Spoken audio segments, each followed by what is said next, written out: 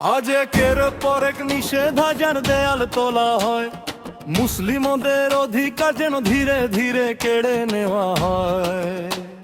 দাড়ি রাখতে বাধায় জানেও আপত্তি, মাদ্রাসা বন্ধ করতে চাই কিছু স্বার্থপর শক্তি। নিজের ধর্ম মেনে চলাও নাকি অপরাধ, ইবাদতের পথেও কেন তৈরি হয় লা? গরুর মাংস খেতেও থাকবে নিষেধাজ্ঞার বাধা। এ কেমন স্বাধীনতা, এ কেমন অন্যায়ের সাধা?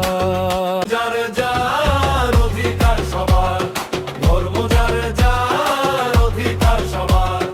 মানবতার পৃথিবীতে নেই ভেদাভেদার, আমরা চুপ থাকবো না, এটাই আমাদের সুর। আমরা চুপ থাকবো না, এটাই আমাদের সুর।